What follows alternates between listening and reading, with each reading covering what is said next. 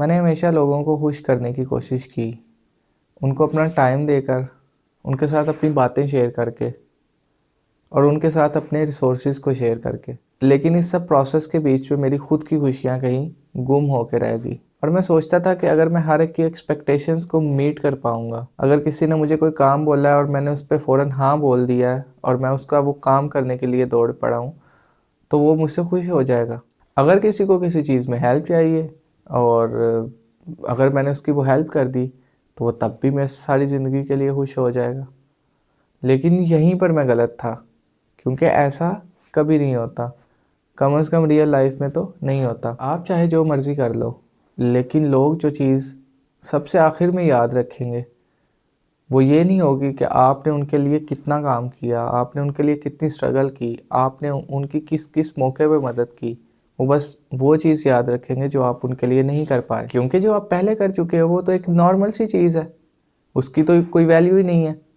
Value तो उस चीज़ की है जो आप नहीं कर पाए, और उससे जितने इश्यूज क्रिएट होंगे आप उनको हैंडल नहीं कर पाओगे। मेरा एक माइंडसेट था जो अभी भी है कि हमें लोगों की मदद करनी चाहिए, जो आपके इर्द गिर्द हैं, जो आपके साथ कनेक्टेड हैं, आप उनकी हेल्प करो किसी भी तरह। अगर आपको उनको किसी चीज़ में हेल्प चाहिए, किसी चीज़ को समझने में हेल्प चाहिए, कहीं पे फाइनेंशियली हेल्प चाहिए, कहीं पे उनको काउंसलिंग की ज़रूरत है, और कहीं पे किसी तरह अगर किसको इमोशनल सपोर्ट की ज़रूरत है, तो आप उनकी हेल्प करो। और मेरी वो सोच अभी भी है, लेकिन अब मैंने उसको एक लिमिट में रह के करना शुरू कर दिया, और मैंने अब एक सिलेक्टिव लोगों के साथ ये मामलात करने शुरू कर दिए हैं, क्योंकि हर एक बंदा ये चीज़ डिज़र्व नहीं करता, और हर एक बंदे को ये चीज़ रास भी नहीं आती कि मुझे, अगर कोई बंदा मेरे ऊपर वैल्यू पुट कर रहा है तो मुझे उसका आउटपुट किस तरह से उसको देना है।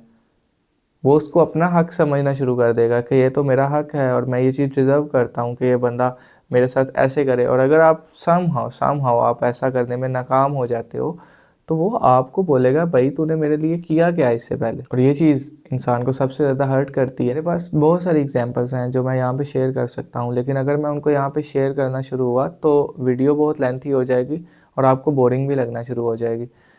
तो मैं थोड़ा थोड़ा ओवरव्यू करता हूँ कि चीज़ें किस तरह से वर्क करती हैं, और ये चीज़ ऐसी एग्जांपल्स मैं आपके साथ शेयर करूँगा जो ऑलमोस्ट सब लोग इसके साथ रिलेट करेंगे। कहीं ना कहीं आप भी इस चीज़ के विक्टिम रहे होंगे। मेरे रिलेटिव्स में जब भी किसी भी मौके पर किसी भी तरह, मैं हर टाइम उस चीज़ के लिए अवेलेबल रहा। मैंने उनके साथ हर अच्छे से अच्छा सलूक करने की कोशिश की। हम सबका बचपन एक साथ गुजरा, हमने बहुत सारे मोमेंट्स को एंजॉय किया, और इतनी चीज़ें हमने एक दूसरे के लिए की कि अगर उनको बंदा गिनना शुरू करे तो शायद कभी गिन भी ना पाए।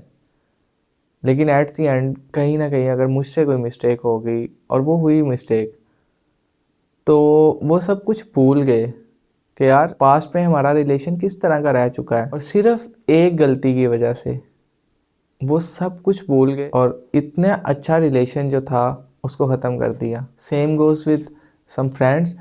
मेरे कुछ दोस्त हैं बहुत अच्छे, उनके साथ बहुत अच्छा टाइम स्पेंड किया। मैंने अपनी 100% उन पे एफर्ट्स पुट की, और जहाँ तक हो सकता है बगैर किसी गर्ज के बिल्कुल इखलास के साथ मैंने उनके साथ अपनी दोस्ती को निभाना चाहा। और मैं सोच रहा था कि यार ये लोग तो मुझसे खुश हैं, लेकिन जब 2-3 महीने तक कम्युनिकेशन गैप रहा और बातचीत ना हुई, मैं अपने एग्ज़ाम्स में बिज़ी था, तो जब एट दी एंड मैंने उनसे रब्ता करने की कोशिश की तो उनका बिहेवियर मेरे साथ बिल्कुल चेंज हो चुका था।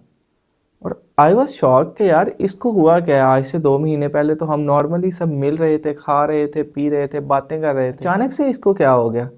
और जब मैंने उससे पूछा, जो रीज़न थी वो इतनी सिंपल थी, इतनी सिंपल थी कि अगर वो मुझसे एक दफ़ा इस चीज़ को डिस्कस कर लेता कि यार उस टाइम तुमने ऐसे किया था, तो बात तो वहीं पे ख़त्म हो जानी थी।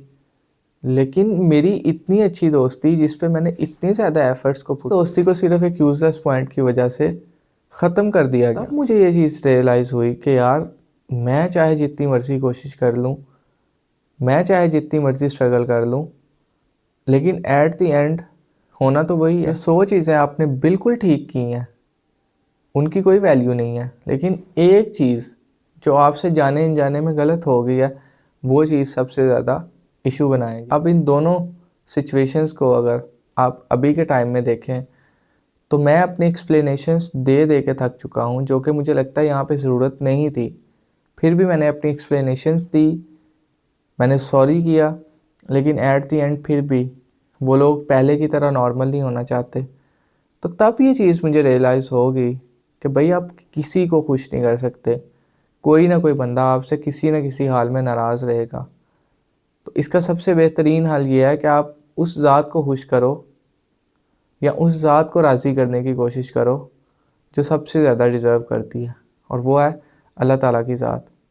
आप उसकी तरफ डाइवर्ट हो जाओ, आप उसको खुश करने में लग जाओ, आपके सब काम, आपके सब कुछ आपका सेट हो जाएगा। अगर आप अब की बात करें तो मैंने अपने आप को काफ़ी इवॉल्व कर लिया है, और मैं पहले की तरह, जैसे मैं पहले बेवकूफ़ों की तरह अपना टाइम, अपनी एनर्जी, अपने रिसोर्सेज उन लोगों पे वेस्ट कर दिया करता था जिनको बाद में मुझे इतना ज़्यादा जस्टिफाई करना पड़ता था और एक्सप्लेनेशंस दे दे के मैं थक जाता था कि भाई मैंने ऐसा नहीं किया और मेरी ऐसी इंटेंशन नहीं थी। अब मैंने वो देना कम कर दिया है, और मैं अब बहुत से सिलेक्टिव जो लोग हैं, जो मैं समझता हूँ कि यार बस इनके साथ अपनी एनर्जी को मैं लगा सकता हूँ, मैं सिर्फ उनकी तरफ फोकस्ड हूँ। आखिर में मैं यही कहूँगा कि आप लोगों पे जितना मर्ज़ी टाइम इन्वेस्ट कर लें, जितनी मर्ज़ी एफर्ट्स उन पे पुट कर लें, लेकिन जब उनने आपसे नाराज़ होना है या आपसे राहें जुदा करनी है, तो वो सिर्फ उनको एक मौका चाहिए या एक बात ऐसी चाहिए जिसको वो बेस बना के आपसे अलग हो जाएंगे। और आप उनको जितना मर्ज़ी फिर जस्टिफाई कर लो, आप जितना मर्ज़ी एक्सप्लेनेशंस दो कि भाई मेरी इंटेंशन ऐसी नहीं थी, मैं ऐसा ऐसा कहना चाहता था, आपने इसको ऐसा समझ लिया, वो इस चीज़ को ज़रा भी भाव नहीं देंगे। वो कहेंगे बस आपने बोला तो बोला क्यों, के बाद हम अलग अलग हैं। और फिर आप उस चीज़ को लेके सोचते रहोगे कि यार गलत हो गया, ऐसा नहीं होना चाहिए था, लेकिन वो बंदा, उसको ज़रा फ़र्क नहीं पड़ेगा। आपको एक ही ज़िंदगी मिली है ना, तो दूसरों को खुश करने के चक्कर में क्यों इसको ज़ाया कर रहे हो। भाई अपनी ज़िंदगी को एंजॉय करो, अपनी फैमिली के साथ टाइम स्पेंड करो, उनके साथ खुशियाँ बांटो, उनको खुश करने की कोशिश करो, क्योंकि आखिर में यही काम आना है। Thank you very much.